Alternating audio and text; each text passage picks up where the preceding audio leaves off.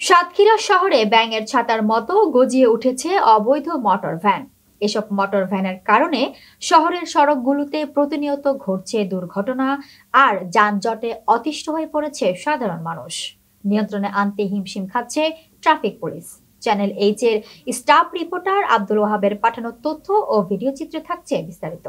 বিশেষ করে শহরের ব্যস্ততম সড়ক নিউ মার্কেট মোড় ও পাকাপোল মোড়ে প্রায় সারাদিনই যানজট লেগে থাকে। এসব এলাকায় অবৈধ মোটর ভ্যান চলাচলের কারণে ট্রাফিক ব্যবস্থাপনা ভেঙে পড়েছে। শহরের ট্রাফিক পুলিশ জানিয়েছেন, এই অবৈধ মোটর ভ্যানগুলো শহর থেকে তুলে দিতে পারলে যানজট অনেকটাই কমে আসবে। অন্যদিকে এক অনুসন্ধানে জানা গেছে, এসব অবৈধ মোটর ভ্যান চালাতে ব্যবহার করা হচ্ছে অবৈধভাবে নেওয়া বিদ্যুৎ সংযোগ।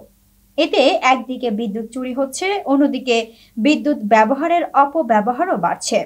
সাতক্ষীরার সচেতন মহল বলছেন, অবৈধ মোটর ভ্যান বন্ধের পাশাপাশি বিদ্যুৎ চুরি রোধেও প্রশাসনকে কঠোর পদক্ষেপ নিতে হবে। তারা সরকারের কাছে দ্রুত কার্যকর ব্যবস্থা নেওয়ার আহ্বান জানিয়েছেন।